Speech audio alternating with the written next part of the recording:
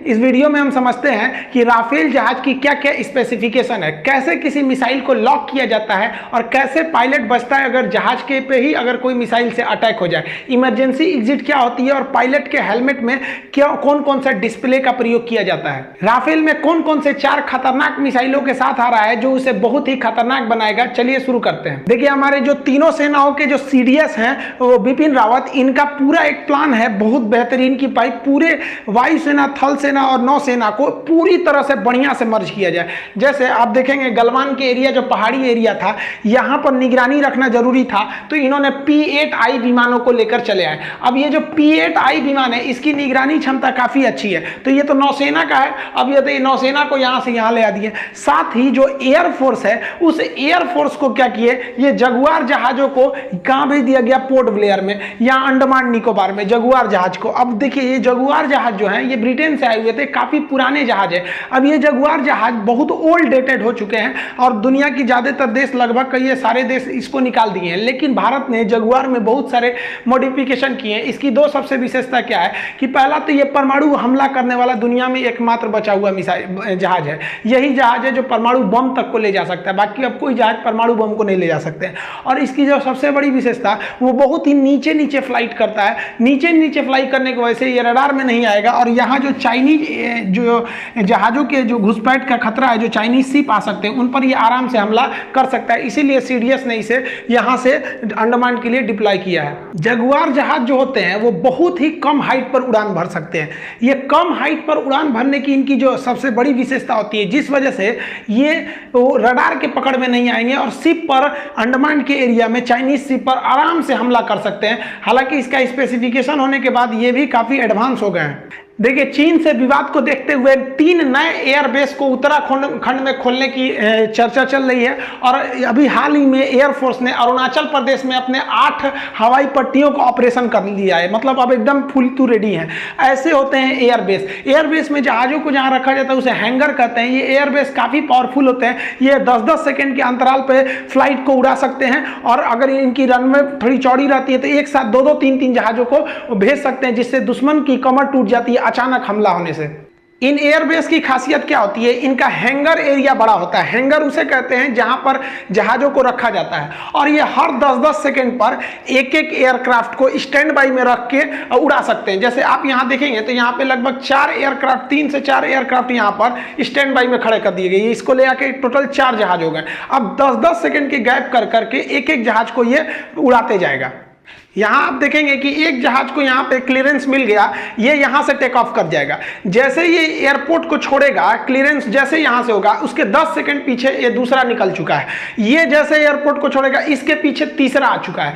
तो ऐसे एयरबेस से दुश्मन को संभालने का मौका ही नहीं मिल पाता है।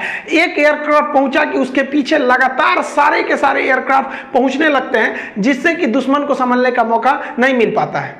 ये एक-एक करके अपने हैंगर में जितने भी जहाज है, इसकी क्षमता होती है कि 10-10 सेकंड के अंतराल पर पूरे जहाज उड़ा सकते हैं। इस तरह से आप सोचिए कि एक एयरबेस जो होता है 1 मिनट के अंदर 6-6 जहाज को हवा में भर सकता है लड़ाई करने के लिए।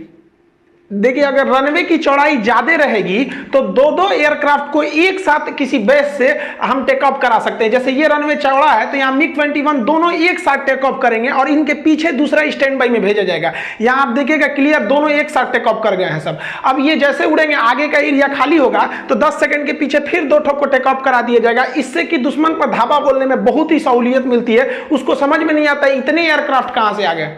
जो पायलट होते हैं इनको सबसे बड़ा समस्या होता है जब ये हाइट पे जाते हैं ना, तो ग्रेविटेशनल फोर्स जी की वैल्यू चेंज कर जाती है, जिस वजह से इनको एक अलग टाइप का ड्रेस दिया जाता है जो इसके प्रेशर को हल्का फुल्का मेंटेन करके रखती है। वरना इनका जो ऊपर जाने के बाद एक सर दर्द होने लगेगा, नाक से खून टाइप का आने लगता है इन लोग पे। तो इसलिए इनका ड्रेस जो होता है विशेष तरह से बनाया जाता है। आप देखेंगे इस ड्रेस को तो यहाँ पे कुछ आपको लगेगा कि नहीं, इसमें एयर भरा हुआ है इस ड्रेस के अंदर। और इस ड्रेस की जो सबसे बड़ी खासियत क्या होती है पायलट की, कि इसमें कहीं भी आपको बटन नहीं मिलेगा।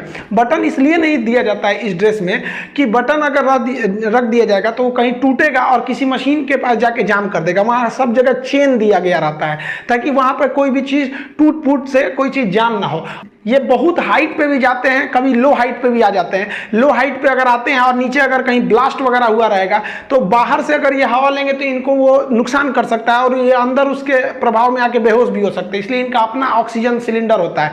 अब जो फाइटर एडवांस एयरक्राफ्ट है जैसे राफेल है, ये सब में तो इसमें खुद का ऑक्सीजन बनाने के लिए अलग से मशीन है, तो इसको ये टेंशन नहीं है कि भैया हमारा ऑक्सीजन खत्म ना हो जाए। वरना पुराने जो जहाज थे वो तो जाते थे तो उनको एक अलग टेंशन रहता था कि मेरा ऑक्सीजन कहीं ना खत्म हो जाए। इनको देखेंगे तो जांग पे इनके पे एक पैड लगा रहता है जिसपे पूरा इनका शेड्यूल लिखा रहता है, कौन सा डायरेक्शन है, यहाँ पेन लिए रहते हैं लोग यहाँ पे। ये बहुत ही जानकारी खास होती है। इनके पास करेंसी होती है विदेशों में, जैसे चाइना के पास अगर लड़ाई करने जाएंगे तो चाइनीज मुद्रा होगा कि अगर वहां इजेक्शन करके उतरना पड़े तो कुछ पैसे हो। इनका इजेक्शन बेल्ट होता है, ये हेलमेट से ही देखते रहते हैं लोग, उनको इधर उधर ज्यादा डायरेक्शन से मतलब नहीं रहता है, सारा कंट्रोल इनके हेलमेट में ही रहता है। जिधर ये देखेंगे अपने हेलमेट से उस डायरेक्शन में इनका मिसाइल जो होता है अपने से लॉक होने लगता है। तो ये एक नया टेक्नोलॉजी लाया गया है कि उसके जो पायलट है उसके जो एरियल व्यू है वो उसी से हम लोग टारगेट को कनेक्ट कर देते हैं, इससे कि पायलट को सहूलियत होती है। क्योंकि अब जो पायलट हो गए हैं उसमें सिंगल पायलट आ गया, डबल पायलट का अब बहुत ही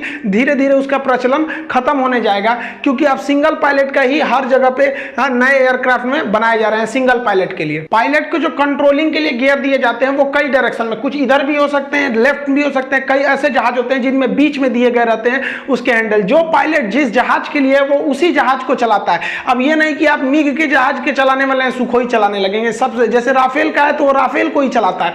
तो ये एक स्पेशली बना दिया जाता है कि उसका हाथ पूरी तरह से फिट रहे अपने जहाज को चलाने के लिए। इससे फिट होने से वो हर एरिया में अच्छे से मनूवर कर सकते हैं और वो काफी स्किल्ड हो सकते हैं, अपने जहाज पर उनका हाथ अच्छे से बैठ जाता है। देखिए जो फाइटर एयरक्राफ्ट के पायलट होते हैं इनका जो हेलमेट होता है ये खुद ही सब चीज बता देता है। जैसे यहाँ डॉट डॉट देख रहे हैं तो ये जहाज को बताएगा, ये सब कुछ दिखना है तो उसको इधर उधर नहीं झांकना है, वो अपने हेलमेट में ही देखता है, उसे ग्रीन कलर का सारा चीज बता देता है इसी हेलमेट में कि कितनी दूरी है, कौन सा चीज कहाँ है। जैसे ये देख रहे हैं ये जहाज का एरिया दिखा रहा है, ये नीचे का डिटेक्शन एरिया दिखा देगा, रेड कलर दिखा देगा डेंजर में है। अब ये जो होते हैं ना रडार से बचने के लिए एकदम सीध में चलते हैं। जैसे देखिएगा ये लाइन से जा रहे हैं, आगे पीछे उतना नहीं रहते हैं, लाइन से रहते हैं ताकि रडार के पकड़ में ना आए। वरना ग्रुप में एक आगे रहेगा एक पीछे रहेगा तो एक तो पहले पकड़ में आ जाएगा तो सब सावधान हो जाएंगे। ये जो फाइटर जहाज होते हैं हमेशा एक सीध के ग्रुप में चलते हैं, क्योंकि कई सारे रडार होते हैं। अगर मान लीजिए बहुत ज्यादा आगे पीछे चलेंगे ना तो एक जहां पकड़ में आया बाकी सबसे अलर्ट हो जाएंगे, इसलिए ये लोग साथ चलते हैं कि पकड़ में भी आए ना तो ये एक साथ आए रडार के पकड़ में, और ताकि हमला करने में आसानी हो। वरना एक तो पकड़ा जाएगा बाकी सब घेरा जाएंगे सब, वहां पर रडार इनको आराम से पकड़ लेता है। कि हेलमेट में जो ग्रीन कलर का दिखाता है सर्किल में वो इनका अपनी ग्रुप है, उससे कोई दिक्कत नहीं। बट देखिए हेलमेट इनके रेड कलर दिखा रहा है ये दुश्मन का है, तो ये इसी के प्रति अलर्ट रहेंगे। देखिए हेलमेट और सामने के डिस्प्ले की मदद से ये दुश्मन की जहाज को पहले व्यूज देखते हैं। जैसे सामने व्यू दिख गया, विजुअल हो गया, अब अपने जहाज को ठीक उसके सीध में कर देते हैं।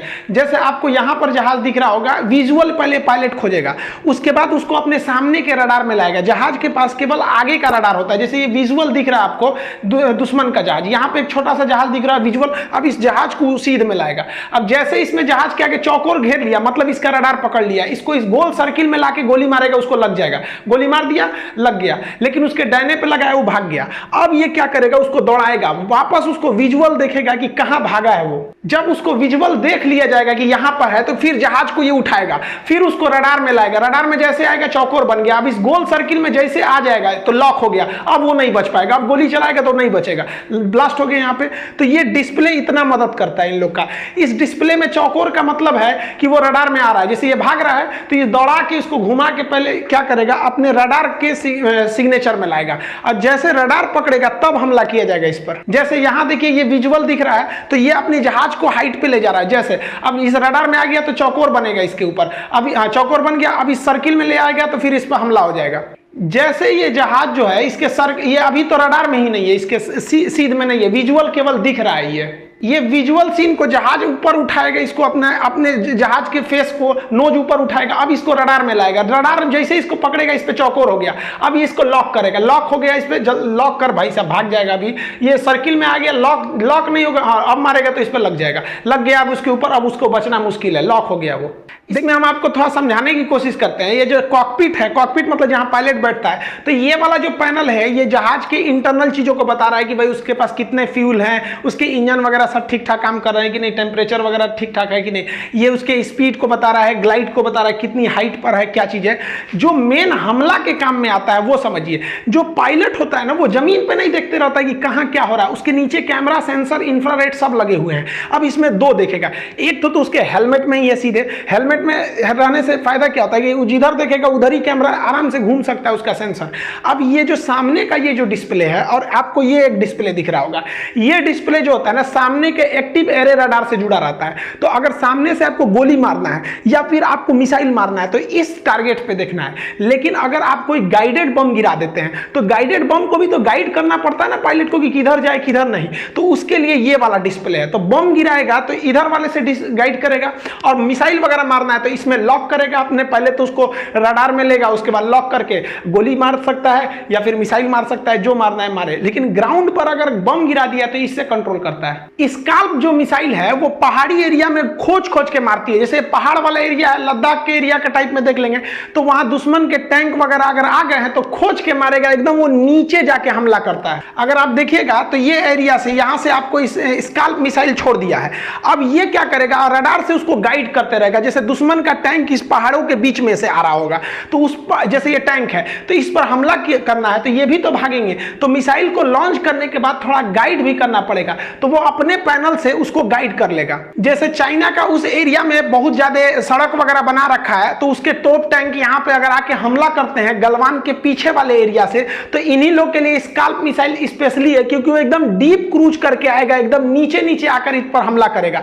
और ये अगर हमला करते भी हैं तो वो जहाज को वहां आने की जरूरत नहीं है। जैसे इस डिस्प्ले में गाइडेड बम के डिस्प्ले में दिख गया, और वो यहां से उसको देख लेगा कि कहां पर है उस पे। अब ये बम गिरा दिया, अब देखिए ये बम डीप क्रूज करता है, मतलब एकदम नीचे आएगा, पहले एकदम आराम से नीचे आ जाएगा, इसके बाद वो पायलट उसको अपने रडार से कंट्रोल कर लेगा, इसको डीप क्रूज करते हुए आएगा। और नीचे जितने भी उसके दुश्मन के टॉप टैंक है, जैसे इसमें 3 तबाह हो गए हैं, एक बच गया है, अब ये एकदम सटीक निशाना लगाएगा जो बचा हुआ है। जैसे मान लीजिए इधर बचा हुआ है, इधर बचा हुआ है, एकदम सटीक उस पर निशाना लगाएगा डीप क्रूजर के वजह से। तो ये यहां से तो गाइडेड मिसाइल को इस रडार से उसने कंट्रोल कर लिया कि कोई भी नीचे का जो थ्रेट है उस पर हमला कर सकता है, तो वहां मार देगा।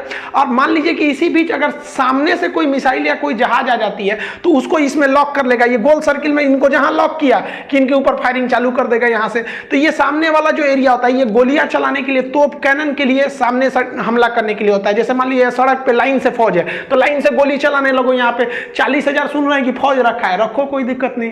उस 40,000 फौज के लिए हमारा यही एक्टिव रडार सही है, एकदम लाइन से बिछा देगा। तुम 40,000 रखो चाहे 40 लाख रखो। सामने के जो एक्टिव रडार है इससे फायदा क्या है कि दुश्मन के कॉन्वे यानी बहुत बड़ा उसका पूरा एक ग्रुप है दुश्मन का, तो उस पर आराम से हमला किया जा सकता है। ये जो सामने का डिस्प्ले होता है ये काफी मदद करते हैं लैंडिंग के वक्त में भी, क्योंकि लैंडिंग के वक्त में जहाज को लाइन अप होना पड़ता है मेन रनवे से। जैसे यहाँ रनवे दिख रहा है तो जहाज आप इसी डिस्प्ले से अगर मैच कर गए तो पूरे जहाज को वो बैलेंस कर लेगा। इसका सॉफ्टवेयर उसी हिसाब से डिजाइन किया जाता है। पहले क्या था कि पायलट को पूरा बैलेंस बनाना पड़ता था रनवे के ऊपर, अब बैलेंस बनाने की जरूरत नहीं है, बस ये डिस्प्ले पे बैलेंस बना लिए, वो अपना पूरी तरह से बैलेंस बना लेगा रनवे पे उतरने के लिए। ये जो डिस्प्ले है ये काफी मदद कर देगा। जैसे इसको ना पूरी तरह से अपने सामने जो स्क्रीन का जो डैशबोर्ड है उस पर देखने की जरूरत नहीं है, जो भी चीज इसके सामने की स्क्रीन पर दिखेगा वो इसी में से ऑटोमेटिक कनेक्ट होता है, इसलिए इसको काफी आराम होता है इसमें देखने में। इसको इस तरह से डिजाइन किया जाता है इस हेलमेट को कि जो पायलट है उसी का ये हेलमेट रहेगा, दूसरा आदमी ने उसके सर खोपड़ी का स्कैन करके बनाया जाता है ताकि पहनने में उसको कोई दिक्कत ना आए। ये नहीं कि दूसरे का मिश्रा जी अपन हेलमेट दीजिए तो चल जाए, मोटरसाइकिल नहीं है ये, इसका जिसका हेलमेट है वही चला सकता है इसको। और जो इसमें दिखाई देता है आपको लगता होगा एकदम सामने दिखाई देगा, देखेंगे कैसे, इसको बेहतरीन ढंग से एकदम दूर दिखाई देता है। इसको पहनता है पास में लेकिन आराम से लगता है कि नहीं भाई 25 सेंटीमीटर से दूर है, क्योंकि 25 सेंटीमीटर से पास से कोई चीज करते हैं तो वो जल्दी अच्छा से दिखता नहीं है। अब अगर आप इस पायलट को देखेगा तो ये तो टेक ऑफ के लिए रेडी है। अब इसको देखेंगे तो ये एक बेल्ट टाइप का कुछ पहना हुआ है, ये इसके सीट से जुड़ा होता है। और ये सीट जो होता है इजेक्शन सीट होता है, इसके अंदर रॉकेट टाइप का सिस्टम लगा होता है कि एक बार अगर इजेक्शन को दबाएगा तो ये सीट सहित उखड़ के फेंका जाएगा, क्योंकि अगर इसको कोई मिसाइल लॉक कर दिया, इसको हमला कर दिया तो जहाज गिरे ये कॉकपिट से बाहर निकल जाता है। अगर ये सही सलामत लैंडिंग कराने में कामयाब हो गया तब तो ठीक है, लेकिन अगर इस पर कोई मिसाइल अटैक हो गया या इसे कोई लॉक कर दिया या इसकी इंजन में गड़बड़ी है तो ये रनवे का वेट थोड़ी करेगा, वहीं पर इजेक्शन सीट दबाएगा, ये इसका बेल्ट सहित ये पूरा सीट बाहर निकल जाएगा और ये सेफ्टी से पैराशूट से लैंड कर जाएगा किसी स्थान पर। देखिए यहां जो सीट जो है ये इजेक्शन करेगा। अब इजेक्शन सीट के नीचे रॉकेट लगा होता है जो इसे फेंकता है ताकि दूरी पर ये जाके गिरे। अगर इजेक्शन सूट में पैराशूट नहीं खुलेगा तो इसको गिरे कोई फायदा ही नहीं होगा। इजेक्शन सीट का रॉकेट जानबूझ के इसे बहुत तेज फेंकता है ताकि ऊपर का शीशा टूट जाए, ताकि जहाज कहीं और चली जाए और ये दूर जाकर गिरे। देखिए जहाज का कभी कभी पावर फेल हो जाता है या फिर क्या होता है कि इसके पे कभी मिसाइल अटैक हो जाता है, तो मिसाइल अटैक होगा तो पता ही चल जाएगा। कभी कभी क्या होता है ना, पावर फेल कर जाता है। पावर फेल जैसे आपके साइकिल का चेन उतर जाता है तो पावर फेल हो गया, इसका पावर फेल है, पायलट को पता है। अब ये नहीं निकलेगा तो ये गिर जाएगा। देखिए यहां से पायलट ने इजेक्शन सीट निकाल दिया और सोचिए अगर नहीं निकला रहता वहां पैराशूट से पायलट तो क्या हाल हुआ रहता, इसी में चला गया रहता पायलट।